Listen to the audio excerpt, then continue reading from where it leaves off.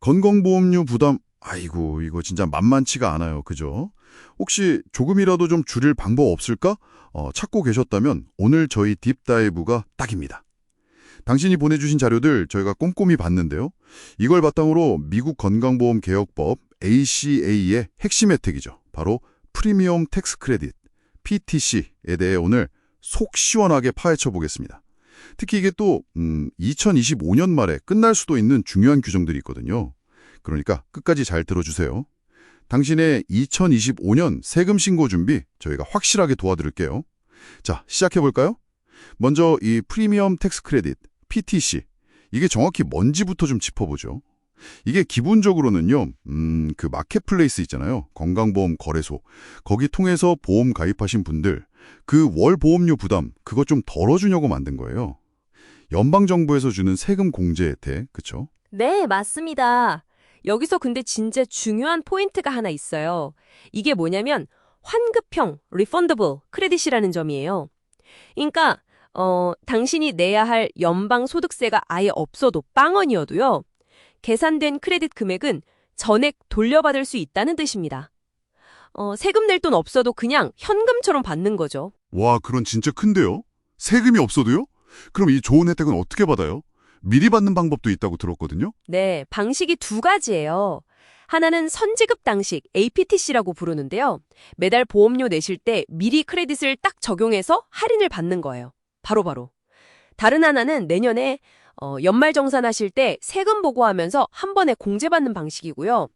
근데 대부분은 아무래도 매달 내는 돈 부담을 줄이고 싶으시니까 그 선지급 방식을 많이 선택하시죠. 2025년에는 구체적으로 어떤 분들이 이 PTC 혜택을 받을 수 있는 건가요? 조건 같은 게 있을 텐데요. 네, 몇 가지 딱 정해진 핵심 요건들이 있습니다. 우선 다른 데 말고요. 반드시 공식 건강보험 거래소 그 마켓플레이스를 통해서 플랜에 가입해야 하고요. 그리고 다른 사람 세금 보고서에 피부양자로 올라가 있으면 안 돼요. 또 결혼하셨으면 부부가 같이 공동으로 세금 보고를 해야 하고요. 당연하지만 미국 내에 합법적으로 체류하는 신분이어야 합니다. 소득 기준도 당연히 있겠죠. 아무나 다 주는 건 아닐 테고. 물론이죠. 소득 기준은 그 수정 조정 총소득이라고 MAGI라고 부르는 걸 기준으로 판단해요. 이게 뭐냐면 일반적인 조정 총소득 AGI에 나가 비과세 이자 소득이나 해외 근로소득 같은 거 그런 특정 항목들을 다시 더해서 계산하는 거거든요. PTC 자격 볼 때 쓰는 소득 기준인 거죠. 근데 여기서 좀 재밌는 점이 2025년 혜택 자격을 따질 때는요. 바로 전년도, 그러니까 2024년 연방 빈곤선 FPL 수치를 기준으로 쓴다는 거예요.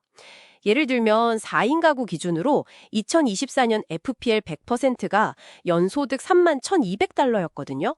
그걸로 2025년 자격을 보는 거죠. 잠깐만요. 그럼 예전에는 소득 얼마 이상이면 아예 못 받는다. 그런 상한선 같은 거 있지 않았어요? FPL 400%? 와, 그거 정말 중요한 포인트예요. 맞습니다. 원래는 소득이 FPL의 400%를 넘으면 PTC를 아예 단 1달러도 못 받는 보조금 절벽이라는 게 있었어요. 그런데 그 인플레이션 감축법 IRA 덕분에 이 400% 소득 상한선이 2025년 말까지는 한시적으로 없어졌습니다. 그래서 현재는 소득이 FP의 400%를 넘어도 PTC를 받을 수 있게 된 거예요. 이게 엄청난 변화죠. 와, 그럼 예전에는 소득 때문에 정말 아슬아슬하게 혜택 놓쳤던 분들 많았을 텐데 진짜 좋은 소식이네요. 그럼 제한사항 같은 건 없나요? 누구나 다 되는 건가요, 이제? 아니요, 제한사항도 여전히 있습니다. 예를 들어서 직장에서 건강보험을 제공해 주는데 그게 저렴하다고 판단되면 PTC 대상에서 제외돼요. 2025년 기준으로 보면 본인이 내야 하는 보험료가 가구 소득의 9.02% 이하인 경우, 네, 그 경우가 해당됩니다. 그리고 또 메디케어나 메디케이드, CHIP 같은 다른 정부 건강보험 자격이 있는 경우에도 PTC는 못 받으세요. 알겠습니다. 자격 요건은 대충 알겠고요. 그럼 자격이 된다면 내가 받을 수 있는 PTC 금액, 이건 어떻게 정해지는 건가요? 혹시 제가 비싼 플랜 고르면 더 많이 주나요? 아, 그게 아니에요. 여기서 또 흥미로운 점이 나오는데요. 당신이 실제로 어떤 플랜, 브론즈든 실버든 골드든 뭘 선택했는지는 PTC 금액 계산 자체에는 영향을 안 줍니다. 금액 계산은 당신이 사는 지역의 차상위 실버 플랜, 영어로는 SLCSP라고 하는데요. 그 보험료를 기준으로 계산돼요. 이 SLCSP라는 게 뭐냐면 마켓플레이스에서 두 번째로 저렴한 실버 등급 플랜을 말하는 거거든요. 이게 보조금 계산의 기준점 역할을 하는 거죠. 아하, 그렇군요. 그러니까 내가 실제로 내는 보험료랑은 별개로 정부 지원금 계산하는 기준선이 딱 정해져 있다는 거네요. 네, 바로 그거죠. 그리고 소득에 따라서 지원 규모가 달라져요. 가구 소득이 FPL 대비 몇 %냐에 따라서 당신 소득에서 보험료로 내야 하는 최대 비율, 이걸 적용 비율이라고 하는데요. 그게 딱 정해져 있습니다. 예를 들어서 2025년에는 소득이 FPL 150% 미만이면 이 비율이 0%예요. 그러니까 보험료 부담이 없는 거죠, 이론상으로는.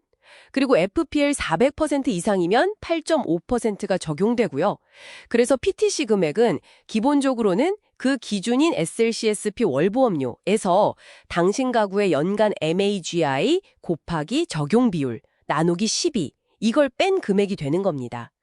근데 물론 실제로 가입한 플랜의 월보험료보다 더 많이 받을 순 없어요. 그게 상한선이죠. 계산이 조금 복잡하긴 하네요. 특히 아까 말씀하신 그 선지급으로 받은 경우에요. 연말에 정산이 꼭 필요하다고 하셨죠. 네, 무조건 해야 합니다. 선지급, 그러니까 APTC를 받았다면 다음 해 세금 보고할 때 반드시 폼 896이라는 서류를 써서 정산을 해야 해요. 왜냐면 연초에 보험 가입할 때 예상했던 소득이랑 연말에 가서 확정된 실제 소득이 다를 수가 있잖아요. 그래서 그걸 조정해서 정확한 PTC 금액을 다시 계산하고 내가 미리 받은 APTC랑 비교하는 과정이 필요한 거죠. 이 정산하려면 거래소에서 보내주는 폼 195-A라는 서류가 꼭 필요해요. 거기 보면 월별 SLCSP 보험료나 내가 실제로 받은 APTC 금액 같은 게 다 적혀 있거든요. 폼 195-A, 그거 잘 챙겨야겠네요. 그럼 정산했을 때 만약에 제가 예상했던 것보다 소득이 적어서 APTC를 받아야 할 것보다 덜 받았어요. 그럼 어떻게 되죠? 반대로 더 많이 받았으면요. 네, 좋은 질문이에요. 만약에 받아야 할 금액보다 APTC를 덜 받았다면 그 차액만큼 추가 크레딧, 이걸 순수 PTC라고 부르는데요. 그걸 받게 됩니다. 그래서 세금 환급액이 늘어나거나 아니면 내야 할 세금이 줄어드는 거죠. 반대로 소득이 예상보다 늘어서 APTC를 원래 받아야 할 것보다 초과해서 받았다면 그 초과분을 세금 보고할 때 다시 납부해야 합니다. 토해내야 하는 거죠. 그럼 잘못하면 연말에 예상치 못한 세금 폭탄을 맞을 수도 있겠네요. 소득이 확 늘면요. 네, 그럴 수 있습니다. 충분히요. 다행히 소득이 FPL 400% 미만인 경우에는 갚아야 할 초과 APTC의 금액의 상한선이 있긴 해요. 소득 구간별로 정해져 있거든요. 그런데 여기서 진짜 조심해야 할 게 있어요. 바로 상환 절벽이라는 건데요. 만약 최종 소득의 FPL 400%를 아주 조금이라도 단 1달러라도 넘어가게 되면요. 이 상환 한도액이 그냥 완전히 사라져버립니다. 그래서 초과해서 받은 APTC 전액을 다 갚아야 할 수도 있어요. 이게 2025년 세금 신고하실 때 특히 주의 깊게 보셔야 할 부분이에요. 왜냐면 지금은 400% 넘어도 일단 PTC를 받을 수 있으니까요. 와, 상환 절벽이라니. FPL 400% 넘는 순간 완전 달라지는 거네요. 아찔한데요, 정말. 그럼 이런 위험을 좀 피하고 PTC를 잘 활용하려면 어떻게 할까요? 핵심 전략 같은 게 있을까요? 가장 중요한 거요. 딱 하나만 꼽으라면 이거예요. 소득 변동. 혹은 결혼, 출산, 이혼 같은 가족 구성원 변화. 이런 변동 사항이 생기면 즉시 가능한 한 빨리 건강보험 거래소, 마켓플레이스에 보고하는 겁니다. 그래야 매달 받는 APTC 금액을 미리미리 조정할 수가 있어요. 그래서 연말정산 때 갑자기 큰 금액을 토해내는 상황, 그걸 피할 수 있는 거죠. 이게 진짜 중요해요. 변화 생기면 바로바로 보고하는 습관. 이게 핵심이군요. 그리고 아까 말씀하신 거, 2025년 말에 끝나는 규정들. 이것도 계속 신경 써야겠죠? 네, 맞습니다. 지금 우리가 누리고 있는 이 확대된 PTC 혜택 있잖아요. FP의 400% 소득 상한선 없는 거랑 낮은 소득 구간에서 보험료, 부담비율 적용 비율이 더 낮은 거. 이게 다 2025년 12월 31일에 종료될 예정이에요. 현재로서는요. 만약에 의회에서 이걸 연장하는 법안을 통과시키지 않으면 2026년부터는 다시 예전처럼 소득 상한선이 생기고 전반적으로 보험료 부담이 커질 수 있습니다. 그러니까 장기적으로 재정 계획 세우실 때는 이 점을 반드시 염두에 두셔야 해요. 마지막으로 그럼 그 MAGA 자체를 좀 관리하는 것도 방법이 될 수 있겠네요. 소득 기준이니까요. 오, 그렇죠. 아주 좋은 지적입니다. 예를 들어서 트래디셔널 401k나 트래디셔널 IRA 같은 세전 은퇴 계좌 있잖아요. 거기에 돈을 더 넣으면 불입하는 금액을 늘리면 MAGI 자체를 낮출 수 있거든요. 이렇게 하면 당연히 PTC 금액은 늘어나고 특히 소득이 FP의 400% 근처에 좀 아슬아슬하게 걸쳐있는 분들 같은 경우 그 무서운 상환 절벽 위험을 줄이는 데도 도움이 될 수 있죠. 네, 오늘 프리미엄 텍스 크레딧 PTC에 대해서 정말 깊이 파고들어 봤습니다. 분명히 잘 쓰면 정말 유용한 제도인데 특히 선지급 받으시는 분들은 소득 변화, 보고, 그리고 연말정산 이게 정말 중요하다는 점, 그리고 2025년까지 적용되는 이 확대된 혜택 잘 활용하시되 또 그 이후의 변화 가능성까지 꼭 기억해야겠습니다. 네, 마지막으로 당신에게 생각해볼 질문 하나를 던져드리고 싶습니다. 현재 확대된 PTC 혜택이 2025년 말에 종료될 수도 있다는 점, 이걸 감안했을 때 말이죠. 만약 가능하다면 2025년 한 해 동안 당신의 소득, 즉 MAGI를 전략적으로 관리하는 것, 예를 들어 세전 은퇴계좌 불입을 최대한 늘린다거나 하는 식으로요.